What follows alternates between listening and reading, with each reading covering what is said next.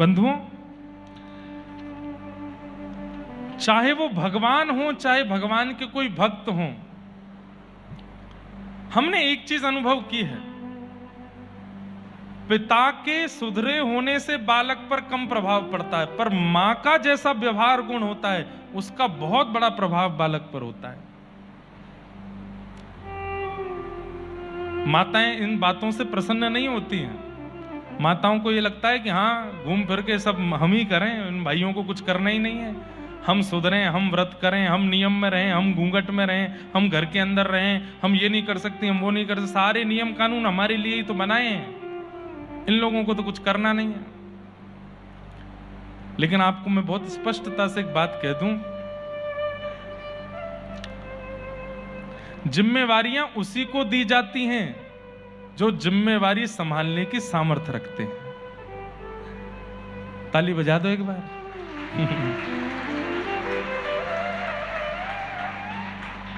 और जो गैर जिम्मेवार होता है, पता है कि इससे होगा नहीं, उसके लिए वेदों ने भी कोई नियम नहीं बताया, शास्त्रों ने भी कोई नियम नहीं बताया, आचार्यों ने भी कोई नियम नहीं बताया, पुराणों ने भी, वो तुम कुछ मत करो। बोले क्या करो? बोले जनेऊ पहनो, शालिग्राम जी की सेवा करो, 4-5 डुबकी लगाओ, नाम जप करो, बस यही करो। बाकी जितने भी नियम हैं वो सब माताओं के लिए। क्यों? जिम्मेवार है। पर आजकल की माताएं इसको गलत रूप में ले जाती हैं। लड़कियों का गला घोटा जा रहा है, हमको आगे नहीं बढ़ने दिया जा रहा है, बहुत भेदभाव किया जाता है लड़कों में और लड़कियों में, ये किया जाता नहीं, कोई भेदभाव नहीं है। नियम और पद्धति से उसी को रहना होता है जिससे कुछ अद्भुत प्राप्त होने वाला है, और जिससे कुछ प्राप्त नहीं होने वो कैसे भी रहे, कैसे पड़ा रहे, कहीं पे कोई दिक्कत ही नहीं है उससे। माताएं यदि थोड़ा संयम रख लेना गर्भ धारण के बाद, तो माता के संयम से, पिता के संयम से कुछ नहीं होगा, पिता की पाठ पूजा से भी कुछ नहीं होगा, पिता के नियम से भी कुछ नहीं होगा, पिता के विचारों से भी कुछ नहीं होगा, पर मां का विचार, मां का संयम, मां का जो कुछ भी क्रिया होगी उसका 100% प्रभाव पड़ेगा बालक के ऊपर।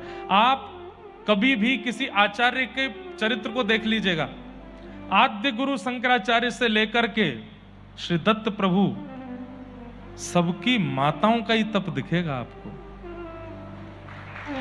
सबकी माओं ने ही तप किया है। पिता के तप से कोई बालक श्रेष्ठ बना कभी सुनने में ही नहीं आया, पर माओं का तप भगवान को जन्म देता है या भगवान के अद्भुत भक्त को जन्म देता है, मां का तप।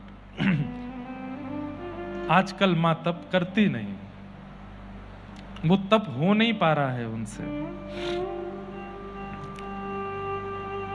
थोड़ा प्रयास कर लें और थोड़ा विचार कर लें, मेरा संयम यदि भारत का भविष्य बदल सकता है तो क्यों ना कर लूं।